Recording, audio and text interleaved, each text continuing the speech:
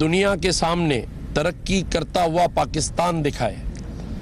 آج جن شہداء نے سرحدوں پہ جانیں دی ہیں وہ ملک کو بچانے کے لیے دی ہیں اور ملک کو کامیاب کرنے کے لیے دی ہیں۔ ہمیں اس پاکستان کو معاشی طور پر مستحکم کرنا ہے۔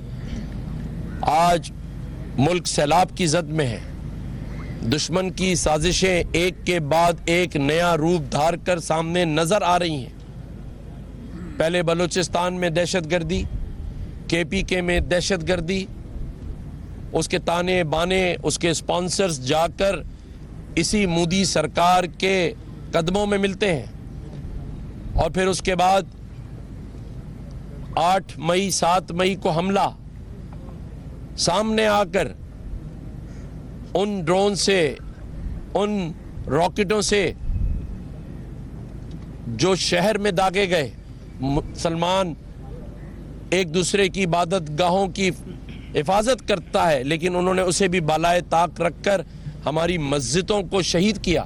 یہ نہیں بھولنا چاہیے قوم کو۔ مودی سرکار نے، بھارت نے ہماری مسجدوں کو شہید کیا، ہمارے معصوم بچوں کو، سویلینز کو شہید کیا۔ اور پھر یہی نہیں تھا، ان کے میڈیا نے جس طرح کی رپورٹنگ کی، چاہے وہ ایک مزاحیہ فلم تھی، لیکن ان کے عزائم اس سے نظر آتے تھے، ان کے عزائم نظر آتے تھے۔ ان کو جو بریف کیا گیا تھا، جو ان کا مقصد تھا، وہ ان کے اس میڈیا رپورٹنگ کے بیانیے میں آپ غور سے سنیں کیا تھا۔ کراچی پہ قبضہ کر لیا ہے، لاہور میں داخل ہو گئے ہیں، ہم نے تباہ برباد کر دیا ہے پاکستان کو۔ یہ عزائم تھے، یہ ان کے میڈیا کو بریف کیا گیا تھا ان کی انٹیلیجنس اداروں کی جانب سے، لیکن ہمارے DG/ISPR نے برملا آ کر بتایا کہ ہمیں ان کی ایک ایک چیز کا علم تھا بخوبی، ہمیں پتا تھا کہ وہ کیا کر رہے ہیں، اور پتا ہونے کی وجہ سے، انٹیلیجنس معلومات کی وجہ سے ایک عزائم میں بھی وہ کامیاب نہ ہو سکے۔ یہ اللہ تعالیٰ کا ہم پر کرم رہا۔ اور اس کے بعد آج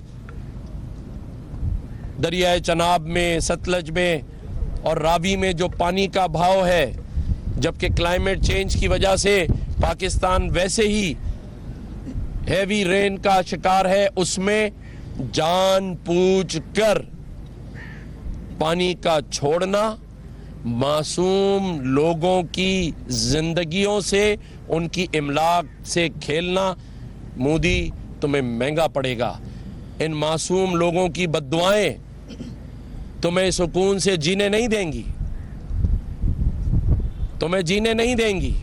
تم نے جان کر کے آج پاکستان میں پانی چھوڑا، لیکن یہ مت بھولنا، یہ وہ حوصلہ مند قوم ہے جو ٹی وی پر دیکھ لو کہ اپنا سامان اور اپنے بچے اٹھا کر محفوظ مقامات پر بیٹھے ہوئے ہیں،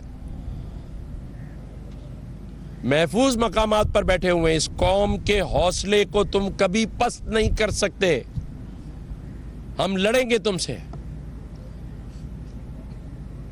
ہم لڑیں گے تم سے۔ ہماری تاریخ اٹھا کر دیکھ لو، میجر عزیز شہید بھٹی، راشد مناز شہید جیسے غیور شہداء کے جوانوں سے بھری پڑی ہے، جنہوں نے تمہارے ملک میں گھس کر تمہیں دھول چٹائی ہے، تمہیں خاک میں تمہارا غرور ملایا ہے۔ آج یہ پوری قوم، اس قوم کا بچہ بچہ، 24 کروڑ عوام یہ بات سمجھ چکی ہے کہ تم اس ملک پاکستان، اس خداداد میں تم اس ملک کو ترقی کرتے ہوئے نہیں دیکھنا چاہتے۔